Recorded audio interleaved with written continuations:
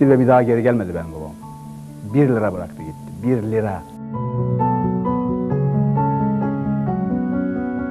5 yaşında bir çocuk düşünün. Çelimsiz, kara bir çocuk. Fakirliğin soğuk yüzüyle babasını gömdükten hemen sonra tanışan bir çocuk. Adana'nın kavurucu sıcaklığında çıraklık yapıp okuma yazmayı kendi kendine öğrenen ve hayalleri olan bir çocuk. Bu çocuk gün gelecek, Sakıp Ağa'nın çiftliğinde ırgatlık yapacak, gün gelecek, Gülhane'de 200 bin kişilik konser verip rekorlar kıracak ve 20 milyondan fazla izlenen bir sinema filminin başrolü olacaktır. Bu çocuk önünde ardında bir ek olmayan Ferdi Tayfur'dur.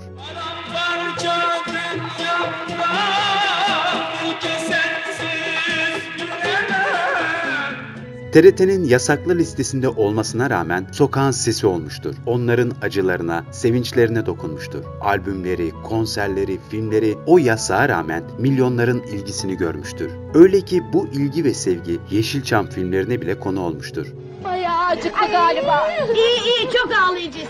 Şöhretinin doruğundayken ve sansasyon yaratacak bir ilişkisi olduğu halde magazinden kaçıp evine kapanıp senaryolar yazmış, şarkılar yapmış, filmler çekmiştir. Ama son yıllarda Ata Demirer'le girdiği senaryo polemiği ve 30 yılı aşkın imam nikahlı eşi Necla Nazır'la boşanmasının ardından magazin programlarının radarından kaçamamıştır. Anlatınca inanması zor ama bir o kadar gerçek. Film gibi bir hayat Ferdi Tayfur'un hayatı. 15 Kasım 1945'te Adana'da inşaat işçisi bir baba ve ev hanımı bir annenin çocuğu olarak dünyaya gelir. Babası Cumali Turan Bayburt, sinemayı çok seven bir adam olsa gerek ki dönemin ünlü dublaj sanatçısı ve sinema oyuncusu Ferdi Tayfur'un adını oğluna verir. Aslında bu ismi abisine vermişti babası ama doğduktan kısa bir süre sonra ölünce bu isim Ferdi Tayfur'a kaldı. Ferdi Tayfur'un hayatına dair bilinen en eski anıysa bu fotoğraf gibi yarım, kırık, dökük bir hikaye. Henüz 5-6 yaşlarındayken askerden dönen babası karıştığı bir kavgada bıçaklanır. İleride kendisine sorulan "Çocuklarınıza baba şefkati gösterdiniz mi?" sorusuna "Ben baba şefkati görmedim. Baba şefkati nedir bilmiyorum ki" diyeceği bir gerçekle yüzleşir. Bir haftaya yakın hastanede kalan babası ölür ve küçük Ferdi Tayfur yetim kalır.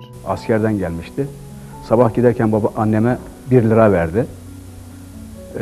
Hanım dedi, ben akşama geri döndüğüm zaman dedi bir çiğ köfte yaparız dedi. Ben malzemeyi getiririm, sen de dedi işte etini falan alırsın dedi. İşte gitti ve bir daha geri gelmedi benim babam.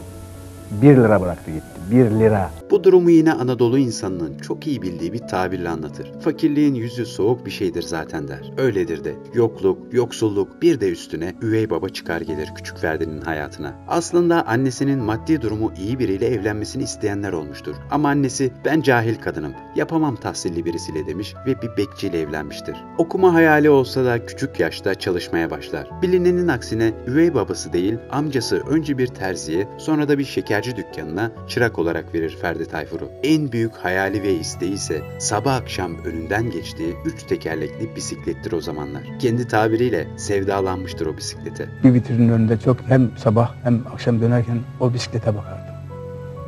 3 tekerlekli bisiklete bakardım.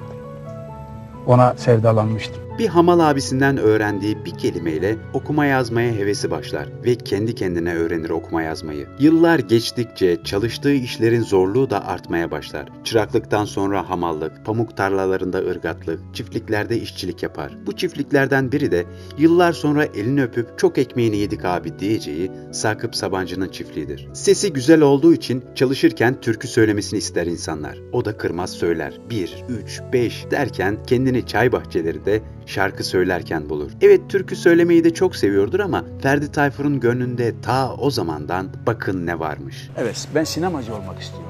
Şarkıcı değil. Mesela çocukken bana şarkı söyle derlerdi. Çok bülbül gibi ötürüyordum. Bülbül gibi şarkılar söylüyordum. Bana şarkı söyledikleri zaman yerin dibine giriyordum ben utancımdan. Sinemacı olmayı istiyordur ama tanıdığı, bildiği kimse yoktur ona yardımcı olacak. Aslına bakarsanız inanan da yoktu. Annesi hariç. Oğluna "Eğer bir gün sen de film çevirirsen dallara, ağaçlara tutunarak şarkı söyle" diyordu annesi ona. Ferdi Tayfur'un kafasında şimşekleri çakan olaysa yine bir sinemada olacaktır. Zeki Müren'in filmini izlemektedir. Zeki Müren hem şarkılarını söyler hem de filmde başroldür. O zaman sinemaya atılacak adımın tanınan bir şarkıcı olmaktan geçeceğini düşünerek bunun üstüne düşer. Adana Radyosu'nda düzenlenen bir ses yarışmasına katılır. Ferdi Tayfur! Çıkma. Gel buraya. Biz bugünün hayalleriyle yaşadık. birinci olamamıştır yarışmada, ikinci olmuştur. Ama bu durum onu umutsuzluğa düşürmemiştir. Hatta görürsünüz siz dercesine amcasının ve üvey babasının karşı çıkmasına rağmen sazını almış İstanbul'un yolunu tutmuştur. Güle güle, uğurlar olsun oğlum. İnşallah yüzünün akıyla dönersin. Bizi habersiz koma. Olur olur. Genç Ferdi Tayfur kısa sürede Luna Park gazinosunda iş bulur. Nurten İnnap'a bağlama çalmaya başlar ve çok geçmeden Leyla adlı plağı doldurup 500 lira kazanır. 1968 yılında Seda Plak'la anlaşıp 2 plak daha doldurur. Ancak bu plaklar beklenen ilgiyi görmez. Bu birinci İstanbul denemesi başarısız olan Ferdi Tayfur Adana'ya geri döner. Çiftlik işlerinde çalışmaya ve teklif oldukça gazinolarda şarkıcılık yapmaya devam eder. Bu tekliflerden biri de Konya'dan gelir ve 17-18 yaşlarındaki Ferdi Tayfur bir hemşire adayıydı dediği bir kızla tanışır. Kısa süredeki ilişkilerinden sonra kız hamile kalmıştır. Birçok yerde yıllar sonra öğrendiği söylenilse de gerçekte öyle olmamıştır. Kız hamile olduğunu Ferdi Tayfur'a söylemiştir. Yasemin'in Penceresi programında bu itirafı yapmıştır Ferdi Tayfur. Peki siz, o size bir gün gelip ben hamileyim dediğinde siz ona inandınız mı? Ben hamileliğin ne olduğunu bilmiyordum ki ya. 17-18 yaşında çocuğa dersen 17-18 yaşında bir çocuk hamilelikten mi anlar ya? Askerlik çağı gelince hemen askere gider. Dönüşünde ise resmi nikahlı ilk ve tek eşi Zeliha Hanım'la görücü usulü evlenir. Sorumluluğu iyice artan Ferdi Tayfur bir yandan çiftlik işleriyle ilgilenirken bir yandan da müzik çalışmalarına devam eder ve 3 yılın ardından yaptığı Huzurum Kalmadı adlı plağı yayınlanır. 1973 yılındaysa Görsev plak adına yaptığı Kır Çiçekleri adlı 45'likle çıkış yakalar. Yine 1974 yılında yaptığı Bana Gerçekleri Söyle adlı 45'likle adını duyurur. 1975 yılında Eleanor plağı transfer olur. Çıkış yapsa da maddi zorluklardan kurtulamayınca Eleanor plağın sahibi Atilla Alp Sakarya'nın girişimiyle sanatçının bestelediği 2 şarkı Gülden Karaböcek'e satılmıştır. Aynı yıl yaptığı Çeşme adlı plaksa Ferdi Tayfur'a şöhret kapılarını açacak en önemli basamak olmuştur. Evet, ona altın plak kazandırır. İnsanların dinlediği biri yapar. Ancak esas şöhretini bir filmle yapar. Susadım çeşmeye, varmaz olaydım. Türk sineması 70'lere aslında iyi başlamıştı ama özellikle videonun gelişmesiyle birlikte izleyici alışkanlıklarında bir değişim olmuş ve klasik Yeşilçam filmleri ve komedi filmleri çok da iş yapmamaya başlamıştı. İşte o dönem şansı yaver gitmeyenlerden biri de yapımcı Hulki Saner'dir. Yaptığı son 4 komedi filmi de tutmayınca bir dram filmi yapmak için kolları sıvar. Fransızca bir şarkının bir kısmından yola çıkarak bir sahne yazmış ve filmi bu sahnenin üstüne kurmuştur. O sahnede 2 genç aşık bir nehrin kenarında bu nehir akmaya devam ettiği müddetçe birbirlerini seveceklerini söylüyorlardı. Senaryo tamamdı. Sıra oyuncuları bulmaya gelmişti. Yan karakterler, hatta esas kız aklındaydı. Ama esas oğlanı bir türlü bulamıyordu. Şarkıcı filmleri dönemi Orhan Gencebay, Neşe Karaböcek gibi isimlerle başlamıştı zaten. Onların filmi dönüyordu sinemalarda. Bir gün bir arkadaşı Hulki Saner'e Ferdi Tayfur'un Çeşme plağını dinletir. Yazdığı senaryoyla bir bağ kurar dinler dinlemez. Adana'daki Ferdi Tayfur'a haber gönderilir. İstanbul'a gelip tanıştıkları anı şöyle anlatır Hulki Saner. Yazıhanede kapıdan girdi. Baktım boynu bükük, kendi halinde, kısa boylu bir çocuk. Hiç öyle jön tipi falan yok ama benim kafamdaki tipe çok uygun. Sonunda filmi çekecek olan arkadaş Temel Gürsu'yla da tanıştırdık. O da beğendi tipini. Çünkü senaryoya da uyuyordu. Ama Ferdi Tayfur'a önce bir öğüt verdim. Boynu bükük bir insan oyna. Çünkü onun niyeti biraz da hazır jönken bir iki yumruk atsın, kızı alsın gitsin havasındaydı. Dedim ki bu filmde sen dayak yiyeceksin. Senin kızını elinden alacaklar. Sen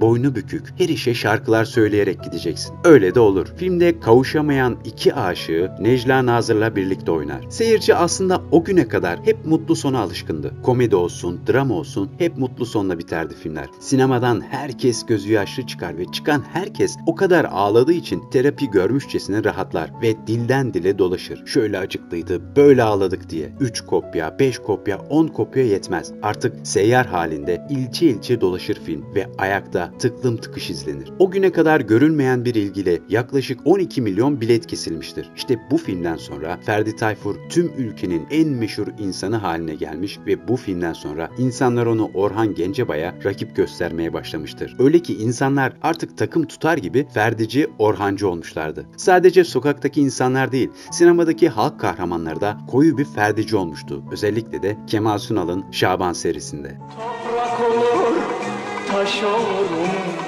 yolunda yoldaş olurum.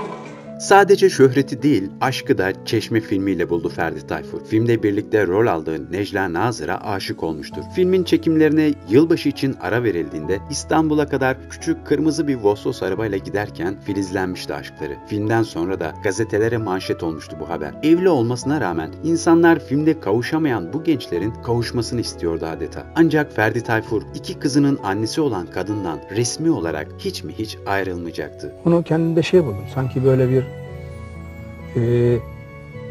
vicdansızlık olarak. Yani bir bayanla evleniyorsun ve ona 2 çocuk peydahlattırıyorsun ve ondan sonra parayı buluyorsun, şöhreti buluyorsun ve boşuyorsun. İnsanlar Ferdi'yi öyle seviyordu ki bu nikahsız ilişki bile kimsenin gözüne batmadı. Ne albümleri, ne filmleri etkilendi. Hatta şöhreti deyim yerindeyse katlanarak artmaya devam etti.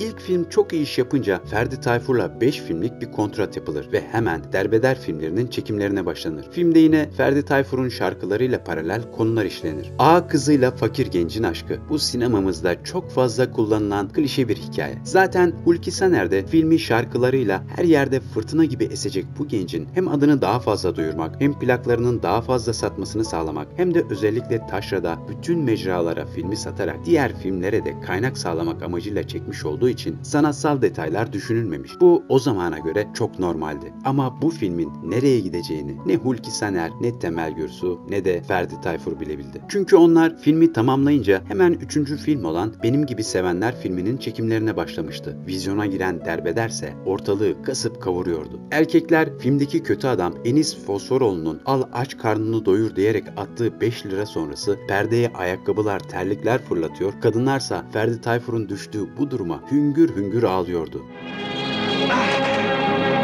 Al harçlık yaparsın.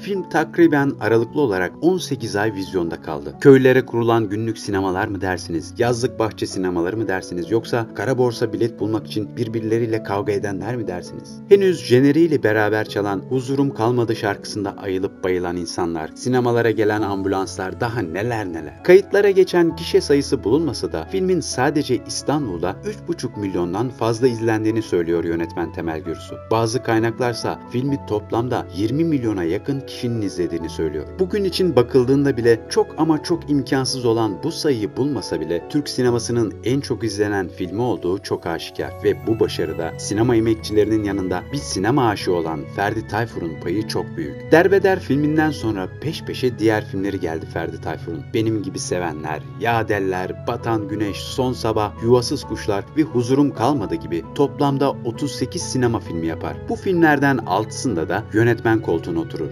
80'lerin ortasına kadar hem sinemada hem de müzik piyasasında bir Ferdi Tayfur fırtınası eser. Artık o batan güneşin kralıdır. 80 darbesinden sonra TRT'nin yasaklılar listesinde olmasına rağmen verdiği konserler ve çektiği sinema filmleri dolup taşar. 90'lara gelindiğinde ise özel televizyonların artmasıyla birlikte daha çok televizyon ve müzik çalışmalarına ağırlık verir. Toplamda 9 kez altın plak kazanır. Türkiye'nin en kalabalık konserler dizisini gerçekleştirir. 2000'lerde ise Yersiz Yurtsuz, Memur Muzaffer gibi dizilerde yer alsa da bu yıllar için Ferdi Tayfur'un inzivaya çekildiği yıllar diyebiliriz. Bunda sağlık problemlerinin yanında 32 yıllık hayat arkadaşı Necla Nazır'la yaşadığı ilişkinin sona ermesinin de payı var gibi. Ferdi Tayfur en son böbrek yetmezliği sonucu hastaneye kaldırıldı. Artık haftanın belirli günleri diyalize bağlı yaşaması gerekiyordu. İşte bu noktada kader yine cilvesini gösterdi ve Konya'da gazinolarda şarkı söylerken ilişkisi olduğu kadından doğan ve doğduktan 13 yıl sonra himayesine aldığı oğlu babasının diyalize bağlı yaşamasına müsaade etmeyip bir böbreğini ona verdi. Önce bir bisiklete sevdalandı. Sonra sinema aşkıyla yandı. Bu uğurda yanık yanık şarkılar söyledi. O beyaz perdede ağladı, sinema salonlarında milyonlar. Türkiye'nin yakın tarihine damga vurmuş bir pamuk işçisinin, bir sanatçının, bir babanın hikayesiydi Ferdi Tayfur'un hikayesi. Bir sonraki videomuzda görüşmek üzere. Kanalımıza abone olmayı ve bildirim zilini açmayı unutmayalım. Sağlıkla kalın.